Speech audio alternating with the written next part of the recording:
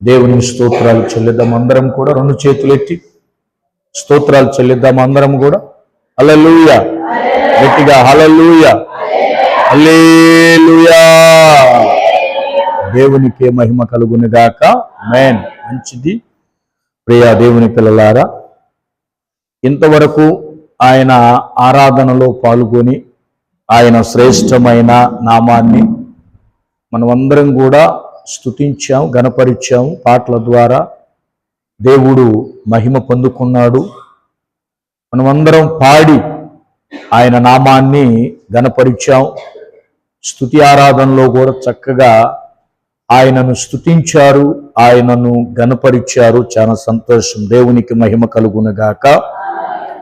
దేవుని వాక్యములోనికి మనం ప్రవేశిద్దాం. ప్రియ దేవుని పిల్లలారా, మనము ఇందాక చదువుకున్నటువంటి వాక్య భాగంలో ఏం చదువుకున్నాం? మొదటి వర్తమానం ఏమా?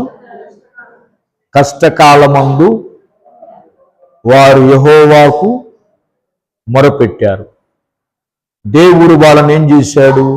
విడిపించాడు అనేది మనం చదువుకున్నాం. దేవుని సన్నిధిలో పోయినటువంటి వారం గుర్తుందా వాక్యం? రెండో వర్తమానం పోయిన ఆదివారం అమ్మ, కీర్తనలు 107 10వ వచనం. దేవుని ఆజ్ఞలకు లోబడక అమ్మా, దేవుని తీర్మానమును తృణీకరించినందున బాధ చేతను ఇనుప కట్ల చేతను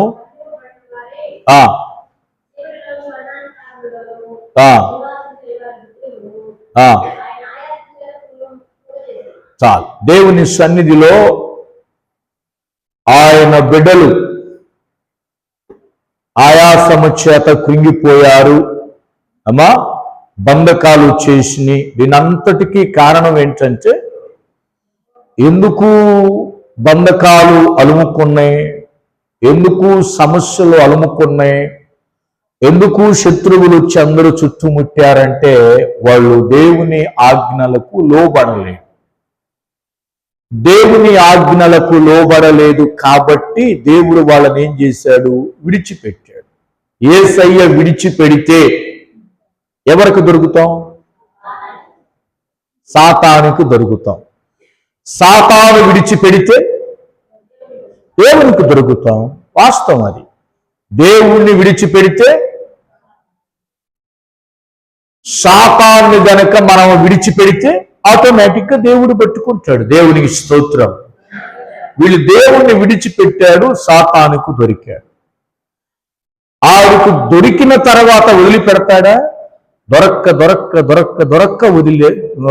దొరికారు గనుక వాడిని ఇనప కట్ల చేత బాధ చేత కృంగదీశాడు. చూసారా? అంటే వీటంతటికీ కారణం ఏంటంటే, ఈ కట్లు ఎవరు తెచ్చుకున్నారు? ఈ సమస్యలు ఎవరు తెచ్చి పెట్టుకున్నారు? దేవుడు తెచ్చాడా, వీళ్ళు తెచ్చి పెట్టుకున్నారా సమస్యలు? ప్రశ్న. వీళ్ళు ఎట్లాగా తెచ్చుకున్నారు సమస్యలు? దేవుని మాట వినలేదు కాబట్టి సమస్యలు వచ్చి పడ్డాయి. దేవుని తీర్మానమును తృణీకరించారు కాబట్టి సమస్యలు వచ్చి పడ్డాయి. అదే విషయాన్ని ఈ వారం కూడా చెప్పాడు. మరలా ఎక్కడ చెప్పాడంటే 17వ వచనం చదవండి. 17వ వచనం. బుద్ధిహీనులు తమ దుష్ట ప్రవర్తన చేతను తమ దోషము చేతను బాధలు తెచ్చుకుంటారు అని ఉంది. ఏం తెచ్చుకుంటారు? ఏం తెచ్చుకుంటారు? దేని చేత బాధలు వస్తాయంట? జాగ్రత్తగా ఆ పదాన్ని ఇంకొకసారి చదవండి. అందరికి అర్థం కావాలి, అందరూ చూడాలి ఆ పదం. బుద్ధిహీనులు తమ దుష్ట ప్రవర్తన చేతను తమ దోషముల చేతను బాధ తెచ్చుకొందురు. అంటే ఇప్పుడు బాధలు ఎందుకు వస్తాయి?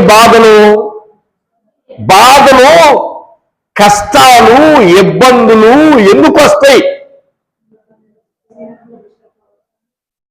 దేవుడి వల్ల వస్తాయా? నీ ప్రవర్తన వలన వస్తాయా? నీ దోషాల వలన వస్తాయా? నీ యొక్క అవిధేయత వలన వస్తాయా అనే దానికోసమే చదివించా మీకు. క్లారిటీగా క్లియర్గా ఉంది వాక్యంలో. ఇది నా మాట కాదు, దేవుని మాట. అమ్మా, బుద్ధిహీనులు అంటే ఎవరు? బుద్ధి ఉన్నవారా, బుద్ధి లేనివారా? చెప్పాలి. బుద్ధి లేని వారిని ఏమంటాం? బుద్ధిహీనులు, భక్తిహీనులు అంటాం. ఒకప్పుడు భక్తి పరులే, ఒకప్పుడు భక్తి పరులే, ఒకప్పుడు భక్తి పరులే, కానీ ఇప్పుడు ఏమయ్యారు వాళ్ళు? బుద్ధిహీనులైపోయారు. ఒకప్పుడు మంచోడే అండి పాస్టర్ గారు, ఒకప్పుడు మంచోడే. ఎంత మంచోడో! ఇలాంటి మంచోడిని లేడనుకున్నా చివరికి వాడే అందరికంటే కర్కోటకుడైపోయాడు. తల్లి అని లేదు, తండ్రి అని లేదు. ఒకప్పుడు తల్లి తల్లి తల్లి, తండ్రి తండ్రి అని నా చుట్టూ తిరిగిన వాడు, ఆ తల్లి అన్న మాటలు నేను విన్నా, ఆ తల్లి అన్న మాటలు నేను విన్నా. ఇవాళ మమ్మల్ని శపిస్తున్నాడండి, మమ్మల్ని చంపాలని చూస్తున్నాడండి, మేము లేకుండా పోతే బాగుంటుందండి అనుకుంటున్నాడండి. ఏమయ్యాడండి అలాంటి బిడ్డ? ఏమయ్యాడు? ఒకప్పుడు మా వారు మంచివారే, కానీ ఇప్పుడు ఒకప్పుడు మా ఆవిడ మంచిదే, ఇప్పుడు ఒకప్పుడు నా కొడుకు మంచివాడే, ఇప్పుడు ఒకప్పుడు నా కుమార్తె మంచిదే, ఇప్పుడు ఒకప్పుడు మంచివారే, కానీ మంచివారు ఏమవుతున్నారు? చెడ్డవారవుతున్నారు. అందుకనే దేవుని వాక్యం వ్యర్థం కాదు. ప్రియమైన దేవుని పిల్లలారా, దేవుని వాక్యం వ్యర్థము కానే కాదు. దేవుని స్తోత్రం చెప్పు. బాధలు కొన్ని కారణాల చేత వస్తాయి. ఒకటి, దేవుణ్ణి నమ్ముకున్న తర్వాత దేవుని కొరకు కొన్ని బాధలు వస్తాయి కదమ్మా. దేవుని కొరకు కొన్ని బాధలు వస్తాయి. కొన్ని బాధలేమో మనం 10 రూపాయలు ఇచ్చి, ఏమిచ్చి చెప్పాలి గట్టిగా, 10 రూపాయలు ఇచ్చి అసలు వద్దో అని దేవుడు అంటుంటే కొనుక్కొని తెచ్చుకొని ఇంట్లో పెట్టుకున్నట్టుగానే ఉంటది. గట్టిగా స్తోత్రం చెప్పు, గట్టిగా స్తోత్రం చెప్పు. హల్లెలూయా. కొన్ని బాధలేమో దేవుని కొరకు వస్తాయా రావా? బాధల పడ్డోళ్ళందరూ, ప్రవక్తలందరూ దేవుని కొరకే బాధలు పడ్డారు. కొంతమంది ఏమో చేతులారా చేసుకొని తెచ్చుకున్న బాధలు ఉన్నాయి. ఇప్పుడు 17వ వచనములో వచ్చే బాధలు దేవుడి కోసం వచ్చిన బాధలా, ప్రవర్తన బాగా లేకపోతే వచ్చిన బాధలా? అక్కడ స్పష్టంగా చదివి నాకు చెప్పండి. అమ్మా, ప్రవర్తన చేత, దోషాల చేత వచ్చిన బాధలు. ఇప్పుడు అటువంటి బాధలు తెచ్చుకొని అంటారు, పాస్టర్ గారు దేవుడి నేను ఏ అన్యాయం చేశా? మరి నువ్వు చేసింది ఏంది? ఎక్కడ నువ్వు చేసింది ఏంది? నీ దోషాలు ఏంటి? నీ ప్రవర్తన ఏంది? అసలు నీ ప్రార్థనా జీవితం ఏంది? ఇవన్నీ ఏమీ లేకుండా ఎట్లాగా పడితే అట్లాగా దేవునికి వ్యతిరేకంగా జీవించి లేనిపోయి తల మీదగా తెచ్చుకొని వచ్చి ఏమంటున్నావు? ఇప్పుడు మన మందిరంలోకి వచ్చి దేవుని నమ్ముకోబట్టే వచ్చినాయండి. స్తోత్రం చెప్పు. ప్రియమైన దేవుని పిల్లలారా, ఇక్కడ దావీదు గారు అంటున్నాడు, దుష్ట ప్రవర్తన. ఏ ప్రవర్తన? అందరూ అనండి, ఏ ప్రవర్తన? ఒకవేళ నీవు మంచి ప్రవర్తన ఉందనుకో, ఆ శ్రమలు వచ్చినా కూడా అవి దేవుడే చూసుకుంటాడు. దేవుని కొరకు నీవు అనుభవిస్తున్నావు. కానీ ఈ బాధ ఎట్లాగొచ్చింది? ఈ బాధలో నీ ప్రవర్తన సరిగా లేదు కనుక సమస్యలు తెచ్చుకున్నావు, బాధ తెచ్చుకున్నావు, కష్టాలు తెచ్చుకున్నావు. ఈ రోజు బాధపడుతున్నావు. ఈరోజు ఎందుకు అంత బాధపడుతున్నావు? ఎందరు నన్ను ఎగతాళి చేస్తున్నారండి బాధలు కష్టాలు చూసంటే. ఎందుకు ఎగతాళి చేస్తున్నారు? దేవుని కొరకు రాలా బాధలు, నీవు చేతులారా తెచ్చుకున్న బాధలు. బైబిల్ గ్రంథములో ఒక చిన్న వ్యక్తిని నేను జ్ఞాపకం చేస్తా. ఇద్దరు ముగ్గురిని చేసే సమయం లేదు. ఒకే ఒక వ్యక్తిని జ్ఞాపకం చేస్తా. అతడు దేవుని వరాన పుట్టాడు. దేవుడు ఆ దంపతులకు చెప్పి ఇచ్చాడు, నీకు బిడ్డనిస్తున్నాను, నీకు బిడ్డనిస్తున్నాను అని చెప్పి ఆ బిడ్డనిచ్చాడు. ఆ బిడ్డ ఎలాంటి వాడో తెలుసా అమ్మా? ఎలాంటి వాడు ఆ బిడ్డ? చదువుదాం. ఆ బిడ్డ ఎలాంటి వాడో చదువుదాం. ఎలాంటి వాడో చదువుదాం. న్యాయాధిపతులు తీయండి అందరూ, ఈ బుక్లోనికి రండి. న్యాయాధిపతులు. అతను ఎలాంటి వాడో చదువుదాం. అతనికి ఫస్ట్ జీవితం బాగానే ఉంది, ఫస్ట్గా లైఫ్ బాగానే ఉంది. దేవుడు మంచి ఆత్మీయతనిచ్చాడు, మంచి బలాన్ని ఇచ్చాడు, మంచి శక్తినిచ్చాడు, అన్నీ బాగానే ఇచ్చాడు. దేవుడు అన్నీ బాగానే ఇచ్చాడు. ఇవ్వలేదని నేను అనటం లేదు, అంతా దేవుడు బాగానే ఇచ్చాడు. 7వ వచనం చూడండి, 13వ అధ్యాయం 7వ వచనం. ఆలకించుము, నీవు గర్భవతివై కుమారుని కందువు కాబట్టి నీవు ద్రాక్షారసమునే గాని మద్యమునే గాని త్రాగకుండుము, అపవిత్రమైన దేనినైనను తినకుండుము, మొదలుకొని చనిపో వరకు దేవునికి నాజీరు చేయబడిన వాడై ఉండునని నాతో. ఇప్పుడు 5వ వచనం చదవండి. నీవు గర్భవతివై కుమారుని కందువు, అతని తల మీద మంగళ కత్తి వేయకూడదు, మొదలుకొని నాజీరు చేయబడిన వాడై లో నుండి రక్షింప మొదలు పెట్టునని ఆమెతో చెప్పగా. గట్టిగా స్తోత్రం చెప్పండి.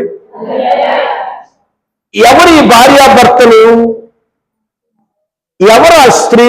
ప్రభు మాట్లాడిన స్త్రీ ఎవరు? 2వ వచనం చూడండి. దాను, ఆ కాలమున దాను వంశస్థుడు గొరియా పట్టణస్థుడైన మనోహ ఉండెను. అతని భార్య గొడ్రాలై కానుపు లేక ఉండెను. ఏమి లేకయ్యా? కానుపు లేక ఉండెను. మనోహ భార్య. ఈ మనోహ ఏ వంశానికి చెందినవాడు? దాను వంశానికి. అంటే 12 గోత్రాలలో ఒక గోత్రం. ఏం గోత్రము? దాను గోత్రం. ఈ దాను గోత్రానికి చెందినవాడు మనోహ. తన భార్య, పిల్లలు లేరు, వాళ్ళు ప్రార్థనా పరులు. దేవుడు పేరు పెట్టి ఏమిచ్చాడు? ఇదిగో నీకు బిడ్డనిస్తున్నాను, ఈ బిడ్డ సామాన్యుడు కాడు, ఈ బిడ్డ బలవంతుడవుతాడు, ఫిలిస్తీయులను కూడా ఓడిస్తాడు, శత్రువులను జయిస్తాడు, ఈ బిడ్డకి నేను అధికమైన బలాన్ని ఇస్తున్నాను, శక్తిని ఇస్తున్నాను, కాబట్టి ఈ బిడ్డ విషయంలో నువ్వు చాలా జాగ్రత్తగా ఉండు అన్నాడు. దేవునికి మహిమ కలుగునుగాక. ఏం జాగ్రత్తలు చెప్పాడు? స్త్రీకి ఏమని జాగ్రత్తలు చెప్పాడు? భార్యకి ద్రాక్షారసమును గాని, అంటే ఆడవాళ్ళు మందు తాగుతారు ఇశ్రాయేలు కాలంలో, తెలుసా? మందు అంటే ఈ మందు కాదండి, ఈ మందు అనుకున్నారు దయచేసి. ద్రాక్షారసం తాగుతారు వాళ్ళు. ద్రాక్షారసం అంటే ఏందనుకున్నారు? మందు. ఈ మందులో కలిపేది అదే. ఇప్పుడు మనం తాగే మందు తయారు చేసే విధానం అదొక స్టోరీ. కుళ్ళిపోయిన కాయలు, కుళ్ళిపోయిన టమాటాలు, కుళ్ళిపోయిన వంకాయలు, కుళ్ళిపోయిన బీరకాయలన్నీ వేసి మాగబెట్టి కుళ్ళి కుళ్ళి కుళ్ళి కుళ్ళి కుళ్ళి కుళ్ళి కుళ్ళి కుళ్ళి అందులో ఈగలు, అందులో దోమలు, అందులో బొద్దింకలు అన్నీ సచ్చి సచ్చి కొండలో కూడబెట్టి వచ్చి మందు సీసాకు పెట్టి ఆ మందు దాగి. కాబట్టి ఆ రోజుల్లో ద్రాక్షారసం దాగేవాళ్ళు ఇశ్రాయేలు స్త్రీలు. ఈరోజు మనం ఇంటికి వస్తే ఏమి ఇస్తున్నాం? పెప్సీయో, థమ్సప్, ఇంకా ఏమి ఇస్తున్నారు మీరు చెప్పండి చుట్టాలకి? స్ప్రైట్, ఇంకా టీ, ఇంకా పాలు, ఇంకా బూస్ట్, హార్లిక్స్, మంచినీళ్ళు ఇస్తున్నారు. కానీ ఆ కాలంలో వచ్చిన చుట్టాలకి ఏమిస్తారో చెప్పమంటారు? ఇశ్రాయేలులకి ద్రాక్షారసం కప్పులో పోసి మర్యాదపూర్వకంగా ఇస్తారు. అది మత్తును కలిగించేదిగా ఉంటుంది. అందుకని గర్భాన పుట్టినది మొదలుకొని ఆ మత్తు తాగొద్దు అని భార్యతో చెప్పాడు. భర్తతో కూడా జాగ్రత్తగా ఉండమని చెప్పాడు. పుట్టే బిడ్డకు కూడా ద్రాక్షారసం మాత్రం పోయకూడదు, తాపకూడదు. మంగళ కత్తి సవరం చేయించకూడదు. ఈ బిడ్డను జాగ్రత్తగా ఉంచని చెప్పాడు. దేవుడు ఏమిచ్చాడు ఆ బిడ్డకి చెప్పండి? నాజీరు చేయబడ్డాడు. ఏం చేయబడ్డాడు? గర్భమును పుట్టినది మొదలుకొని చనిపోవు వరకు. ఎప్పటి వరకు? అందరు చెప్పండి, ఎప్పటి వరకు? సంసోను చనిపోయే వరకు నాజీరు చేయబడ్డాడు. నాజీరు అంటే ఏంటి తెలుసా? ఏసన్న గారు పాట రాశాడు. నాజీరు మీద పాట రాశాడు ఆయన. మహానుభావుడు. ఎన్నో అనుభవాలు ఆయన బుర్రలో నుంచి బయటకు వచ్చినాయి. నాజీరు వ్రతము జీవితమంతా చేయుచు తిరిగి నాడే, నాకై కొరడాల దెబ్బలను అనుభవ. చాలు.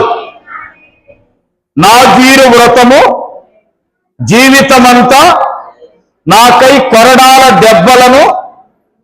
అంటే యేసుక్రీస్తు వారు నాజీరు చేయబడ్డాడు. దేవునికి ప్రతిష్ఠ అభిషేకించబడ్డాడు. యేసుక్రీస్తు అభిషేకించబడ్డాడు దేవునికి. దావీదు గారు అభిషేకించబడ్డాడు. సంసోను కూడా అభిషేకించబడ్డాడు. ఇప్పుడు అభిషేకించబడిన దగ్గర నుంచి ఏమిచ్చాడు? సంసోను గారికి చెప్పాలి. ఏ బలం ఇచ్చాడు చెప్పాలి. అమ్మ అందరూ నాకు తెలియదు చూడండి. ఏ బలం ఇచ్చాడయ్యా? ఏ బలం ఇచ్చాడు? ఫిలిష్తీయులను ఓడించి.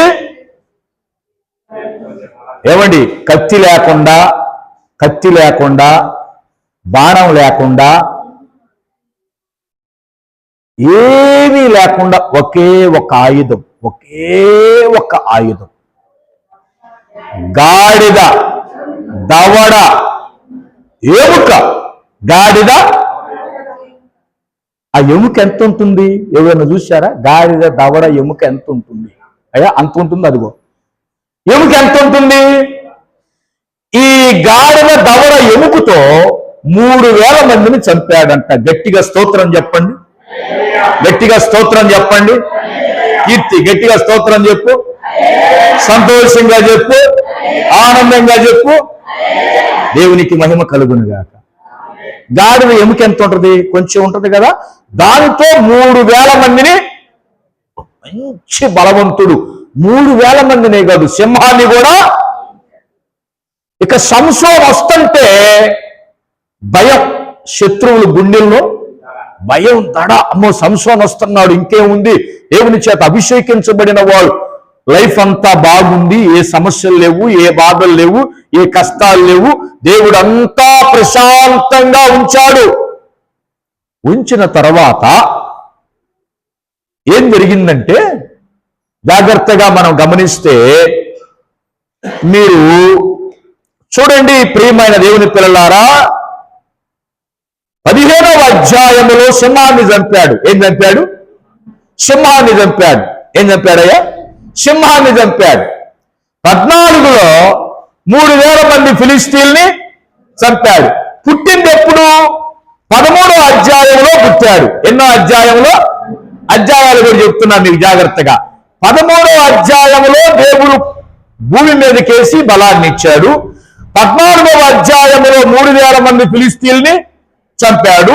15వ అధ్యాయంలో మేరీమాత 15వ అధ్యాయంలో సింహాన్ని కూడా ఏమండి, ఇక సింహాన్ని చంపాడంటే అర్థం ఏంటి? ఇక ఈ దేనినైనా చెప్పాలి గట్టిగా, దేనినైనా అంతా బాగుంది. ఇప్పుడు అప్పుడు దాకా మంచి బుద్ధి కలిగి ఉన్నాడు, మంచి భయభక్తులు కలిగి ఉన్నాడు. ఇప్పుడు 16వ అధ్యాయములో వచ్చేసరికి మొదటి వచనం చదవండి. తరువాత సంసోను గాజాకు వెళ్ళి వేశ్యను ఒకటిని చూసి ఆమె వద్ద చేరెను. ఇప్పుడు 15వ అధ్యాయములో దేవునితో ఉన్నాడు, 14వ అధ్యాయములో దేవునితో ఉన్నాడు, 13వ అధ్యాయములో దేవునితో ఉన్నాడు. ఏ సమస్యలు లేవు. ఉన్నాయా? బాధలు ఉన్నాయా? కష్టాలు ఉన్నాయా? 16వ అధ్యాయములోకి వచ్చేసరికి ఇప్పుడు ఎక్కడ చేరాడు? అమ్మా చెప్పాలి. వేశ్య వద్దకు చేరాడు. తల్లిదండ్రులు చెప్పారు ఏమని? అయ్యా, వాళ్ళు వేశ్యలో నీకు అమ్మాయే కావాలంటే ఇశ్రాయేలు ప్రజల్లో చాలా మంది ఉన్నారు, వాళ్ళని చేసుకోవచ్చు కదా. మొదటిగా పెళ్ళయింది, కొన్ని కారణాల చేత పుట్టింటికి వెళ్ళిపోయింది భార్య. స్టోరీలో ఉంది, తర్వాత చదువుకొని చరిత్రలో. తర్వాత ఇంకొక మ్యారేజ్ చేద్దామంటే ఆయన ఒప్పుకోలేదు. ఒప్పుకోపోయేసరికి ఈయన ఎక్కడికి వెళ్ళాడు? అమ్మా ఎక్కడికి వెళ్ళాడు? వేశ్య దగ్గరికి వెళ్ళాడు. ఇతను ఎవరండి? ఒక దైవజనుడు. జాగ్రత్తగా విందాం స్టోరీ. అమ్మా అందరు నాకెళ్ళే చూడాలి. ఇతను దైవజనుడు, ఇతను దేవుని చేత అభిషేకించబడిన వాడు, దేవుని దగ్గర ఉన్నటువంటి వాడు, దేవునితో సావాసం చేస్తున్నవాడు. ఎక్కడికి వెళ్ళాడు? వేశ్య దగ్గరికి వెళ్ళాడు. వేశ్య దగ్గరికి వెళ్ళాడు, వేశ్యతో సహవాసం చేస్తున్నాడు. దేవుని గ్రంథంలో ఒక మాట ఉంది, జాగ్రత్తగా విందాం. యాకోబు రాసిన పత్రిక తీయండి ఒకసారి. యాకోబు రాసిన పత్రిక 4వ అధ్యాయం దగ్గర చూడండి. ఇది ఇట్లాగనే ఉంచండి, ఇది ఇట్లాగనే ఉంచండి. ఈ వాక్యం ఇట్లాగనే ఉంచండి. యాకోబు రాసిన పత్రిక 4వ అధ్యాయం తీయండి. వేశ్యతో సహవాసం చేయటం ప్రారంభించాడు. దేవుడు వద్దన్నాడు, తల్లిదండ్రులు వద్దన్నారు, అందరూ వద్దన్నారు. ఆ స్త్రీ జోలికి వెళ్ళొద్దు, ఆ స్త్రీ సామాన్యమైనది కాదు, ఆ స్త్రీ బారిన పడ్డ వాళ్ళందరూ నశించిపోయారు, ఆ స్త్రీ మనకు తగదు అని చెప్పారు. ఇప్పుడు దేవుని వాక్యం ఏం చెప్తుందో చూడండి. 4వ వచనం చూడండి. 4:4 వ్యభిచారునులారా, ఏ స్నేహము? అందరు చెప్పండి. ఏ స్నేహము? ఈ లోక స్నేహము దేవునితో వైరమని మీరు ఎరుగరా? కాబట్టి ఎవడు ఈ లోకముతో స్నేహము చేయగోరునో వాడు దేవునికి. ఇప్పుడు జాగ్రత్తగా అడుగుతున్నాను, సంసోను దేవునితో స్నేహం చేసినంత కాలం ఎవరికి శత్రువయ్యాడు? లోకానికి శత్రువయ్యాడు. ఇప్పుడు దేవుడు సహవాసాన్ని వదిలిపెట్టి ఎవరు సహవాసానికి వచ్చాడు? లోక సహవాసానికి వచ్చాడు, వ్యభిచారి సహవాసానికి వచ్చాడు. ఇప్పుడు సంసోను దేవునికి మిత్రుడయ్యాడా, శత్రువయ్యాడా? గట్టిగా స్తోత్రం చెప్పండి ఈ మాటకి. గట్టిగా స్తోత్రం చెప్పండి ఈ మాటకి. బైబిల్ గ్రంథంలో రాయబడిన మాట వృధా కాదు. ఎవడు లోకముతో స్నేహం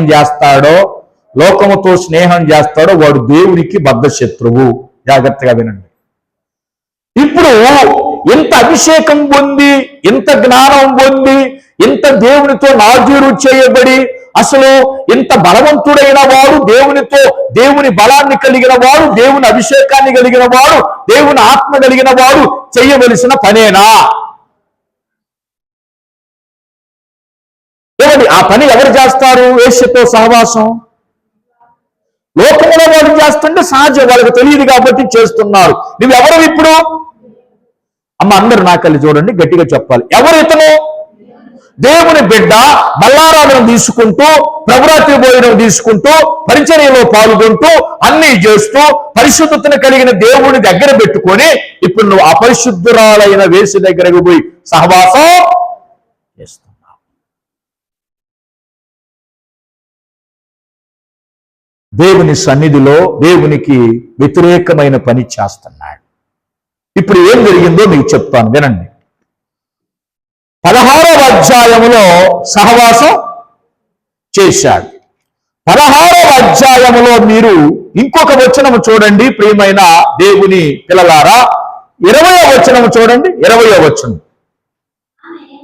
ఆమె సంసోను, ఫిలిష్తీయులు నీ మీద పడుచున్నారనగా అతడు నిద్ర మేలుకొని, ఇప్పటి ఎట్లు నేను బయలుదేరి విరజమ్మ పొందుననుకొనిను, అయితే యెహోవా తనను ఎడబాసనని అతనికి తెలియలేదు.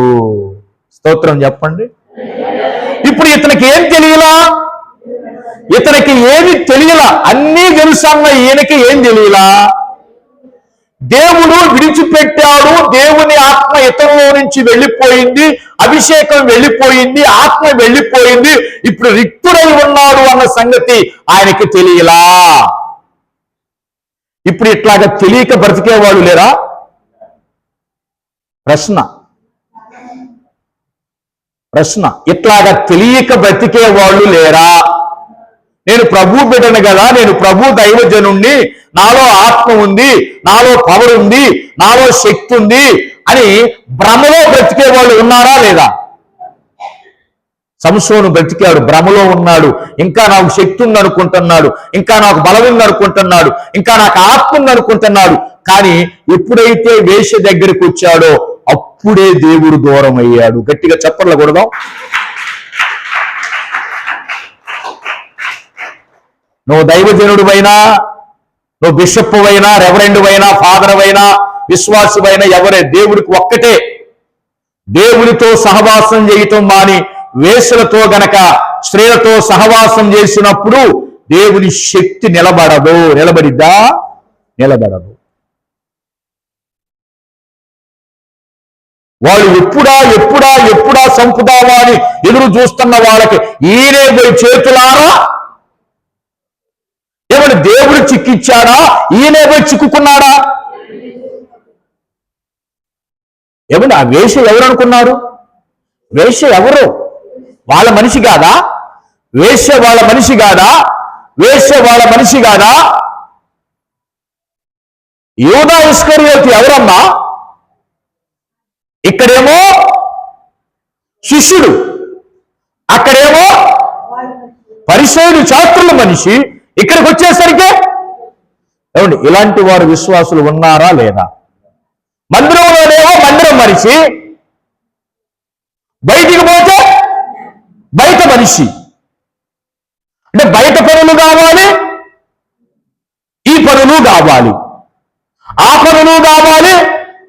కానీ దేవుడు మాత్రం విడిచిపెట్టాం. మేము ఆ పని విడిచిపెట్టాం, ఈ పని. బైబిల్ గ్రంథంలో ఉంది, ఒక కత్తిలో, ఒక వరలో ఒక దాసుడు, ఇద్దరు యజమానులకు దాసుడు ఉంటే దేవుడి కన్నా కావాలి, సిరి కన్నా కావాలి. కానీ సంసోనుకి ఏం కావాల్సి వచ్చింది? అటు వేశ్య కావాలంటున్నాడు, ఇటు దేవుని ఆత్మ. ఇది సాధ్యమవుతుందా? ఇది సాధ్యమవుతుంది అన్న వాళ్ళు స్తోత్రం చెప్పండి. ఎందుకని స్తోత్రం చెప్పరా మీరందరూ? ఏంటి పాస్టర్ గారు, అన్ని తెలిసి మీరు కూడా అసలు ఎట్ట సాధ్యమవుతుంది? ఇప్పుడు ఈయన వేశ్యతో వచ్చి వేశ్యతో శయనిస్తూ వేశ్యతో ఉంటుంటే దేవుడు పరిశుద్ధుడైన దేవుడు ఈయనలో ఎట్లా ఉంటాడు అన్న సంగతి చిన్న పిల్లగాడికి కూడా. మరి మరి ఇతను ఇంత బుద్ధి జ్ఞానం ఎప్పుడు లేకుండా పోయిందో, ఇంత పరిశుద్ధుడు, ఇంత అభిషేకించబడిన వాడు, ఒక ఇశ్రాయేలులకు నాయకుడై ఉండి కూడా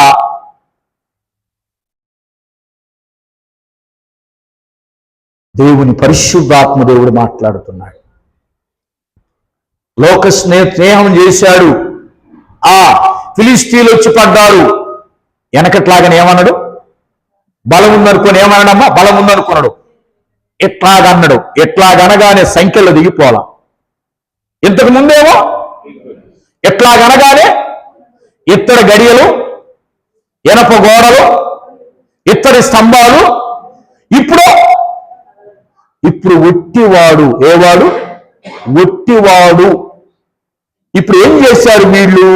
వీళ్ళు ఏం చేశారు? 21వ వచనం ఏం చేశారు? 21వ వచనం ఏం చేశారు? అప్పుడు ఫిలిష్తీయులు అతనిని పట్టుకొని అతని కన్నులను ఊరదీసి గాజాకు అతను తీసుకొని వచ్చి ఇత్తడి సంకెళ్ల చేత అతనిని బంధించిరి. అతను బందీ గృహంలో ఏం విసురుతున్నాడు? అందరూ చెప్పండి, ఏం విసురుతున్నాడు? ఏమైనా గారెలు చేస్తుందా? ఎందుకు ఇసురుతున్నాడు? తిరగలి ఎందుకు ఇసురుతున్నాడు? సింహాసనం మీద కూర్చోవలసిన వ్యక్తి, జాగ్రత్తగా వినండి స్టోరీ, జాగ్రత్తగా వినండి. ఇప్పుడు సింహాసనం మీద కూర్చోవలసిన వాడు, జనమ చేత వందనాలు తెప్పించుకోవలసిన వాడు, జనమ చేత మెప్పు పొందవలసిన వాడు, దేవుని ప్రక్కన కూర్చోవలసిన వాడు, రాజుల్ని భయపెట్టేవాడు, సింహాలను భయపెట్టేవాడు, సృష్టిని భయపెట్టేవాడు చివరికి ఏం విసురుతున్నాడు? అందరూ ఇట్లా విసరండి ఇవాళ మందిరంలో. అనండి, తప్పులేదు. ఏముంది? ఇట్లా అనండి అందరూ. ఏం విసురుతున్నాడు? ఇసర్రే అమ్మ, అందరూ విసురుతున్నారా? అందరూ ఏం విసురుతున్నారు అంటే తన జీవితం ఎక్కడి నుంచి ఎక్కడ మొదలైంది, అసలు ఎక్కడ మొదలైంది, దీనంతటికి కారణం ఎవరో చెప్పండి. ఒక 5 నిమిషాలు సుఖం కోసం, ఒక అర్ధ గంట సుఖం కోసం, ఏమండి అదే పని యేసోపు చేశాడా? మీరు జాగ్రత్తగా చరిత్రలో గమనిస్తే యేసోపు అన్నాడు, అక్కడ అన్నాడు, నీ చేత పాపము చేసి ఇంత ఘోరమైన దుష్కార్యం నేను చేయను అన్నాడు. అక్కడ ఏమన్నాడు? ఇంత ఘోరమైన దుష్కార్యం అన్నాడు. చదవండి. ఇది ఘోరమైన, ఏంది? వేశ్యతో సహవాసం చేయటం ఒక దేవుని బిడ్డ ఘోరమైన దుష్కార్యం అని యోసేపే చెప్పాడు. ఏం చెప్పారు? ఏమండి, ఒక వేశ్యతోనే కాదు నేను చెప్తుంది, ఒక వేశ్యతోనే కాదు, లోక సంబంధంగా ఏ అలవాటుతో కూడా నీకు సహవాసం, ఒక వేశ్య కాదు, లోకములో ఏ దురలవాటుతో గనక నీవు స్నేహం చేశావంటే మరి దేవుడు నీలో నుంచి ఉంటాడా పోతాడా? పోతాడు అన్న వాళ్ళు స్తోత్రం చెప్పండి. అది కూడా అనుమానంగా చెబుతున్నారు. మళ్ళీ చెయ్యెత్తితే ఏమైద్దో అని అన్నట్టు గట్టిగా స్తోత్రం చెప్పండి, సంతోషంగా చెప్పండి, ధైర్యంగా చెప్పండి. అంటే ఎవరితో స్నేహం చేస్తున్నావో ఆలోచించుకొని చేయాలి. కానీ ఇతను ఎక్కడ తీశారు? కళ్ళు బీకేశారు. ఏం బీకేశారు అమ్మా? ఏం బీకేశారు? ఇంకా ఏం చేశారు? ఏం చేశారు? ఇత్తడి సంఖ్యల చేత బంధించారు. ఇంకేం చేశారు? తిరగలి. ఇంకా ఏం చేశారు? క్షౌరాన్ని, తల వెంట్రికల్ని. ఇప్పుడు చూడటానికి ఎట్లాగున్నాడు? అసలు ఈ సంసోను కాదా? సంసోను కాదా? ఏమని స్త్రీని నమ్ముకుంటే మొత్తం ఏమవుతాయి? వేషను నమ్ముకుంటే ఎంట్రికలన్నీ ఏమవుతాయి? ఇప్పుడు చెప్పండి. నేను చెప్పింది అర్థం కాదు. అందుకనే వేషం నమ్ముకుంటే ఎంట్రికలన్నీ ఏమైతాయి? అదే భార్య నమ్ముకుంటే లేని ఎంట్రుకలు కూడా వస్తాయి. దేవుని స్తోత్రం చెప్పు గట్టిగా. వేశ్యను నమ్ముకుంటే వాళ్ళు ఏం చేస్తారు? ఉన్నది మొత్తం, అచ్చమైన తెలుగులో చెబుతున్నా, ఉన్నది మొత్తం పిండి, నిన్ను పిండి పిండి పిండి పిండి పిండి పిండి చివరికి ఏం చేస్తారు? అదే భార్య అయితే నీకున్నా లేకపోయినా, అవసరమైతే తను కష్టపడైనా నిన్ను పోషించిద్దా లేదా? వేశ్యలు పోషిస్తారండి? వేశ్యలు ఏం చేస్తారు చెప్పండి? తీసుకొనిరా, లేవు తీసుకొనిరా, కొడతా, పడుకో. అదే భార్య, కూర్చోయా, నేను తీసుకొని వస్తా, కష్టపడి నువ్వు చేయలేకపోతే కూర్చో, నేను తీసుకొని వస్తా. ఎంత ప్రేమ కలిగి. కానీ తల్లిదండ్రులు చెప్పారు, అది నీ పనికిరాదు అన్నారు, వచ్చారు. కాబట్టి ఇప్పుడు ఈ సంసోనుకు వచ్చిన కష్టం ఎవరి వలన వచ్చింది? చివరిగా ప్రసంగంలో ఏ ప్రవర్తన వలన? తాను ప్రవర్తన వలన బందీ గృహంలోకి వచ్చాడు, తిరగల దగ్గరకు వచ్చాడు, క్షౌరం చేయించుకునే కాడికి వచ్చాడు, గుడ్డి వాడయ్యాడు, చూపు లేని వాడయ్యాడు, శక్తి లేని వాడయ్యాడు, బలము లేని వాడయ్యాడు, తల్లిదండ్రులకు దూరం అయ్యాడు, అందరికి దూరం అయ్యాడు. ఈ స్త్రీ చూడండి, అందరికి దూరం చేసింది. వేశ్యలు ఏం చేస్తారు? అందరికీ లోకం, చివరికి దేవుడికి కూడా. ఏమండి, దేవుడు లేకుండా మనం బ్రతకగలమా? నీవు లేకుండా